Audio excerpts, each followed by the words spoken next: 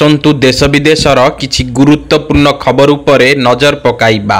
Ayushman Bharat card पाई किपरि करिवे आवेदन, कौन रहिबो डॉक्यूमेंट। सूचना अनुसार भारत सरकार पक्षरु आयुष्मान भारत योजना रे एबे 70 वर्षरु अधिक वयस्क लोकंकु वार्षिक 5 लाख टंकार मागणा चिकित्सा सुविधा मिलिबो। प्रधानमंत्री नरेंद्र मोदी एही स्कीम रो लाभ धनी गरीब केही भी नहीं पारिबे।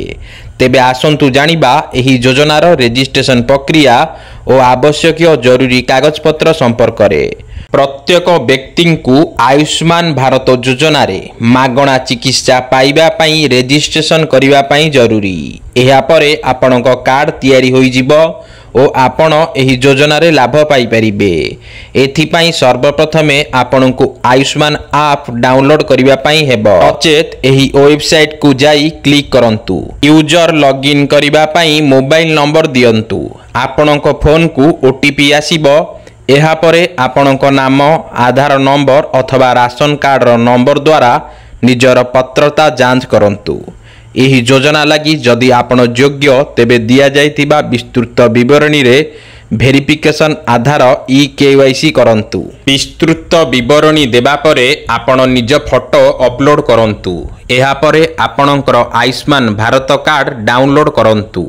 आयुष्मान भारत कार्ड पई आवेदनकारी आधार कार्ड, मूल निवास प्रमाणपत्र और एबेकार एक फोटो थिबा जरूरी। घरे जदि 2 जन वयस्क लोक थांती तेबे एही योजनार लाभ उभयंकु वार्षिक 5 लाख टंका ही मिलिबो।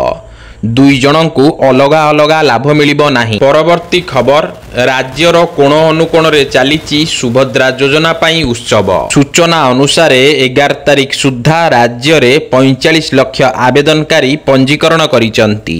ए नेई घरे घरे सुभद्रा बाबदरे कॉलेज छात्र छात्री माध्यम रे प्रतिभार प्रतियोगिता करा जिवो। प्रति ब्लॉक और ग्राम पंचायत रे आरंभ हेबो सुभद्रा स्वागत सप्ताह। योजना संबंध रे सचेतनता सृष्टि करा जिबाकु सप्ताह जाए प्रति ब्लॉक और पंचायत रे सुभद्रा स्वागत सप्ताह पालन हेबो।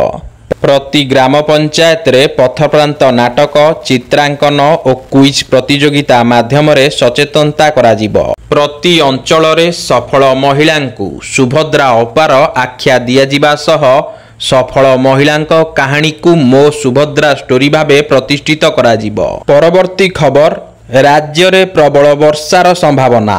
21 जिला पाई सतर्क सूचना जारी।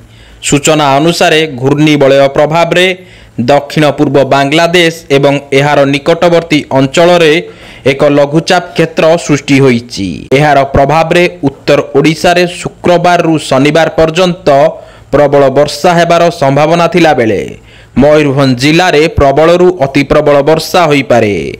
सेहीपरि केन्दुझर, बालेश्वर एवं भद्रक जिले में प्रबल वर्षा हेबार संभावना थिबारु ऑरेंज वार्निंग जारी करा जाइछि। तेबे राज्य रे मौसुमी सक्रिय रहिछि। एहार प्रभाव रे केतेक स्थान रे वर्षा हेबार मध्य संभावना रहिछि। तेबे मयूरभंज जिले में प्रबल वर्षार संभावना थिबा बेले जिलापाल शनिवार जिलार समस्त स्कूल को छुट्टी घोषणा करिसंती। परवर्ती खबर, राज्य रे दुग्ध उत्पादन वृद्धि निमंते लागू हेबो कामधेनु योजना। मुख्यमंत्री मोहन माझी ए नेई सूचना देइचंती। कामधेनु योजना पई खर्च हेबो पाखापाखि 1424 कोटी टंका। गाई गोरुंक स्वास्थ्य और चिकित्सा लगी गोमाता योजना होईची। सेहीपरि बुला गाई गोरुंक लगी मुख्यमंत्री प्राणी कल्याण योजना होईची। राज्य रे दुग्ध उत्पादन को 2 गुणित करिबा लक्ष्य रे कामधेनु योजना कार्यकारी करा जिवो। परवर्ती खबर, राज्य रे बार्ड फ्लू स्थिति रे सुधार आसीची। जेउ अंचल रे बार्ड फ्लू संक्रमण होइथिला सेठारे कलिंग करी समस्त कुकुड़ा मानंकु मरा जाइछि। संक्रमित कुकुड़ा आउ नाहांती, तेणु एबे लोक माने चिकेन और अंडा खाई परिबे। तेबे चिकेन किनिबा पूर्वरु संपृक्त चिकेन संक्रमित अंचल रु आसीछि कि नाही ताहा जानिबा दरकार बोली जनस्वास्थ्य निर्देशक डाक्तर नीलकंठ मिश्र कहिसंती। सेहीपरि चिकेन किनिबा समय रे କିଛି ଦିଗକୁ ଧ୍ୟାନ ଦେବା ଦରକାର। ଯେଉଁ କୁକୁଡ଼ାମାନେ ଘୁମାଉଥିବେ, ଅସୁସ୍ଥ ଲାଗୁଥିବେ ସେହି ଦୋକାନରୁ ଚିକେନ ନ କିଣିବା ଉଚିତ। ଅପରପକ୍ଷେ ଚିକେନକୁ ଭଲ ଭାବେ ଡିପ୍ ଫ୍ରାଏ କରି ଖାଇବା ଉଚିତ ବୋଲି ଜନସ୍ୱାସ୍ଥ୍ୟ ନିର୍ଦ୍ଦେଶକ କହିଛନ୍ତି। ପରବର୍ତ୍ତୀ ଖବର, ରାଜ୍ୟରେ ବେକାବୁ ଡେଙ୍ଗୁ ସ୍ଥିତି। ସୂଚନା ଅନୁସାରେ ରାଜ୍ୟରେ ଡେଙ୍ଗୁ ସଂକ୍ରମଣ 5000 ଡେଇଁଲାଣି। ବର୍ତ୍ତମାନ ସୁଦ୍ଧା 5105 ଜଣ ରୋଗୀ ଚିହ୍ନଟ ହେଲେଣି। ଖୋର୍ଦ୍ଧା, ସୁନ୍ଦରଗଡ଼ ଓ ବାଲେଶ୍ୱର ଜିଲ୍ଲାରେ ସ୍ଥିତି ସଙ୍ଗୀନ। ଏବେ ଦୈନିକ ପ୍ରାୟ 100ରୁ ଅଧିକ ରୋଗୀ ଚିହ୍ନଟ ହେବାର ଲାଗିଛନ୍ତି। ସୂଚନା ଅନୁସାରେ ରାଜଧାନୀବାସୀଙ୍କୁ ଏବେ ଡେଙ୍ଗୁ ଚିନ୍ତା ଘାରିଛି।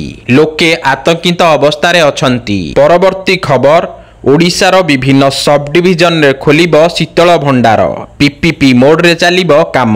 ସୂଚନା ଅନୁସାରେ ମୁଖ୍ୟମନ୍ତ୍ରୀଙ୍କ ଦ୍ୱାରା ପ୍ରତି ସବ୍ ଡିଭିଜନରେ ଶୀତଳ ଭଣ୍ଡାର ଖୋଲିବା ପ୍ରସ୍ତାବ ପରେ କୃଷି ବିଭାଗ ଦ୍ୱାରା ତ୍ୱରିତ ପଦକ୍ଷେପ ନିଆଯାଇଛି। ଏହାସହ ସୌରଚାଳିତ ଭଣ୍ଡାର ପ୍ରତିଷ୍ଠାକୁ ବେଶ ଗୁରୁତ୍ୱ ଦିଆଯାଇଛି। ଗୁରୁବାର କୃଷି ଭବନ ସମ୍ମିଳନୀ କକ୍ଷରେ ଉପମୁଖ୍ୟମନ୍ତ୍ରୀ ତଥା କୃଷିମନ୍ତ୍ରୀ କନକ ବର୍ଦ୍ଧନ ସିଂଦେଓଙ୍କ ଅଧ୍ୟକ୍ଷତାରେ ରାଜ୍ୟରେ ଶୀତଳ ଭଣ୍ଡାର ଖୋଲିବା ନେଇ ବୈଠକ ବସିଥିବା ଜଣାପଡ଼ିଛି। ପରବର୍ତ୍ତୀ ଖବର, ଜେଲରୁ ବାହାରିଲେ ଦିଲ୍ଲୀ ମୁଖ୍ୟମନ୍ତ୍ରୀ ଅରବିନ୍ଦ କେଜରିୱାଲ। ସୁପ୍ରିମକୋର୍ଟରେ କେଜରିୱାଲଙ୍କୁ ମିଳିଛି ଜାମିନ। ଜାମିନ ପରେ ତିହାର ଜେଲରୁ ବାହାରିଛନ୍ତି କେଜରିୱାଲ। ଜେଲ ବାହାରେ କେଜରିୱାଲଙ୍କୁ ସ୍ୱାଗତ କରିବା ପାଇଁ ଶହ ଶହ ସମର୍ଥକଙ୍କ ଭିଡ଼ ଜମିଥିଲା। ବାଜା, ବାଣ ଓ ନାଚ ଗୀତରେ ପ୍ରକମ୍ପିତ ହୋଇଥିଲା ପରିସର। ପ୍ରାୟ 6 ମାସ ପରେ ଜେଲରୁ ବାହାରିଲେ ଅରବିନ୍ଦ କେଜରିୱାଲ। ଦିଲ୍ଲୀ ମଦନୀତି ମାମଲାରେ ଅରବିନ୍ଦ କେଜରିୱାଲଙ୍କୁ ଗିରଫ କରିଥିଲା ସିବିଆଇ। ପୂର୍ବରୁ ଇଡି ମାମଲାରେ ମିଳିଥିଲା ଜାମିନ। 21 ମାର୍ଚ୍ଚରେ ଗିରଫ ହୋଇଥିଲେ କେଜରିୱାଲ।